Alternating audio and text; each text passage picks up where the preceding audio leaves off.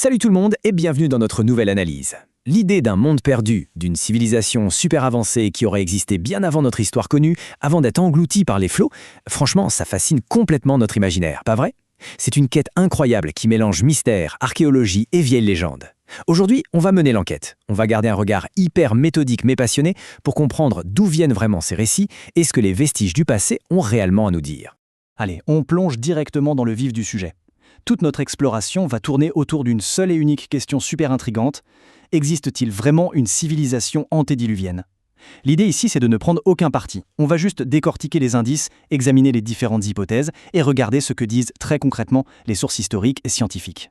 Alors voici notre plan d'attaque pour aujourd'hui. D'abord, le concept antédiluvien. Ensuite, on verra ce qu'est exactement une civilisation. En 3, les outils de l'archéologue. 4, l'anatomie des mythes. 5, l'épreuve de la chronologie. Et pour finir, les mythes face à la réalité. Première partie, le concept antédiluvien.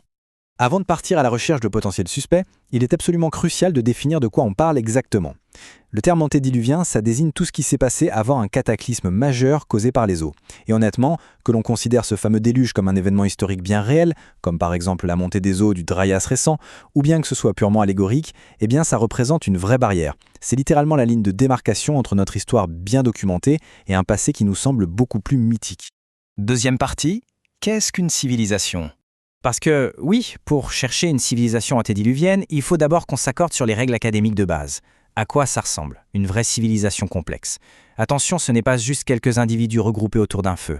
On parle d'une société hautement organisée, avec un système politique unifié, une langue, une culture, une religion commune. Le consensus académique cite très souvent Sumer, en Mésopotamie vers 3500 avant notre ère, comme le parfait exemple de cette cohérence.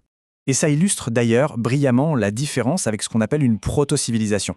Prenons l'exemple de Çatalhöyük, vers 7000 avant notre ère. C'était un peuplement embryonnaire super développé, avec quand même jusqu'à 8000 habitants. C'est énorme, mais ça reste une proto-civilisation, tout simplement parce que c'est resté un phénomène purement local. Il n'y a pas eu d'expansion ou d'influence unifiée sur toute une région. Pour que ce soit parfaitement clair, comparons un peu la notion de culture à celle de civilisation. Regardez bien. D'un côté, on a les Celtes. Ils partageaient une religion et un art, d'accord, mais politiquement, c'était très fragmenté en plein de petites tribus. De l'autre côté, les Grecs. Eux, ils avaient non seulement un socle culturel commun, mais aussi des modèles de société et une politique vraiment cohésif à travers leur cité-État. Et bam, ça, c'est une civilisation. Ce paramètre, il est fondamental pour la suite de notre enquête. Troisième partie, les outils de l'archéologue. Bon, maintenant que nos définitions sont bien posées, regardons comment font concrètement les scientifiques pour, en quelque sorte, faire parler le sol. Il faut savoir qu'une science rigoureuse ne se base jamais sur une seule mesure isolée. C'est un vrai travail d'équipe. On croise les méthodes. Le fameux carbone 14 pour la matière organique, la thermoluminescence pour voir si un objet a été exposé au feu dans le passé, et la stratigraphie pour lire les différentes couches géologiques. C'est vraiment la synergie de tous ces outils qui nous donne une date fiable. Et là, il y a une règle d'or qu'il faut absolument garder en tête. L'absence de preuve n'est pas une preuve. Ce n'est pas parce qu'on n'a pas trouvé quelque chose que ça confirme automatiquement son existence. Pour ne pas tomber dans le piège du biais de confirmation, toute théorie doit impérativement s'appuyer sur des preuves physiques solides, combinées à une vraie analyse des textes. Quatrième partie, l'anatomie des mythes. On va maintenant aborder ces grands récits fondateurs avec tout le respect académique qu'ils méritent, en retraçant leurs origines texte par texte. C'est fascinant de voir comment le mythe du déluge a évolué dans le temps. La toute première trace écrite, on la trouve vers 2300 avant notre ère en Mésopotamie, avec l'épopée d'Atrahasis. Ensuite, hop, on le retrouve au 8e siècle avant notre ère, chez les Grecs, avec le mythe de Deucalion. Et plus tard, vers le 5e siècle, c'est le récit biblique de Noé. On voit vraiment comment cette histoire a voyagé et s'est métamorphosée en traversant les époques. Alors là, ce qui est vraiment dingue sur cette diapositive, c'est l'évolution du fameux mythe de l'Atlantide.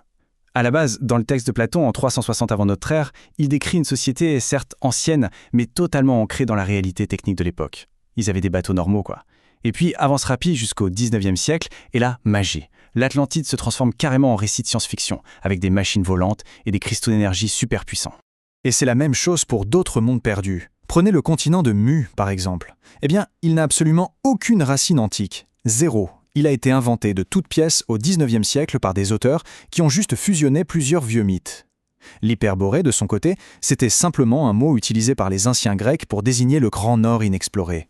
C'était leur façon de nommer la frontière de l'inconnu. Même l'idée des anciens astronautes suit une chronologie assez révélatrice. Au XIXe siècle, les croyances traditionnelles déclinent, la science-fiction apparaît, c'est le terreau parfait. Ensuite, boum, l'incident de Roswell en 1947 sert de gros catalyseur. Et à la fin du XXe siècle, des auteurs s'en emparent pour proposer une nouvelle grille de lecture très populaire, où les anciens dieux deviennent soudainement des extraterrestres. C'est une réinterprétation moderne très claire. 5e partie, l'épreuve de la chronologie. Bon, il est temps de confronter ces mythes super séduisants à la dure réalité de l'évolution technologique. Reprenons la ligne du temps. Jusqu'à 10 000 ans avant notre ère, on est en pleine préhistoire. C'est l'époque des chasseurs-cueilleurs nomades. Ensuite vient la protohistoire, avec une lente sédentarisation. Et il faut attendre 3500 avant notre ère pour que l'invention de l'écriture en Mésopotamie nous fasse officiellement basculer dans l'histoire. Si on regarde les avancées technologiques concrètes prouvées par l'archéologie, la métallurgie du cuivre apparaît seulement vers 700 000 avant notre ère, la roue vers 4000 avant notre ère, et la poulie pas avant 870 avant notre ère. Du coup, logiquement parlant, c'est quand même très compliqué d'imaginer une civilisation hyper avancée à une époque où le simple concept de la roue n'existait même pas encore. Et le cas du Dogger Bank illustre ça à la perfection.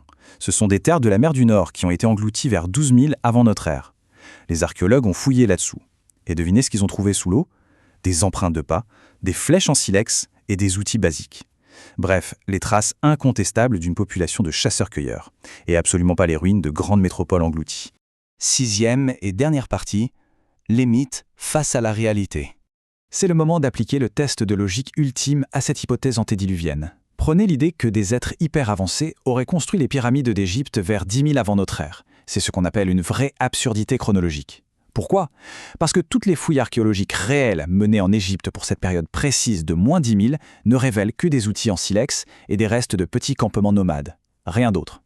Alors le point crucial de toute cette histoire, c'est finalement la psychologie humaine. Le biais de confirmation nous pousse naturellement à nous créer des mythes. On a tous cette envie presque innée de placer un âge d'or oublié, mystique et glorieux, directement dans notre propre région géographique. En fait, on adapte l'histoire pour qu'elle corresponde à ce qu'on aimerait croire. Et pour conclure notre analyse d'aujourd'hui, voici une question un peu provocante pour résumer notre enquête. Si des civilisations ultra avancées avaient vraiment foulé cette terre avant le déluge, pourquoi est-ce que le sol, partout dans le monde, ne nous rend systématiquement pour cette époque que les outils en pierre des chasseurs-cueilleurs ? C'est une question qui fait réfléchir et qui nous invite à toujours peser le poids des vraies preuves face à la beauté indéniable des légendes.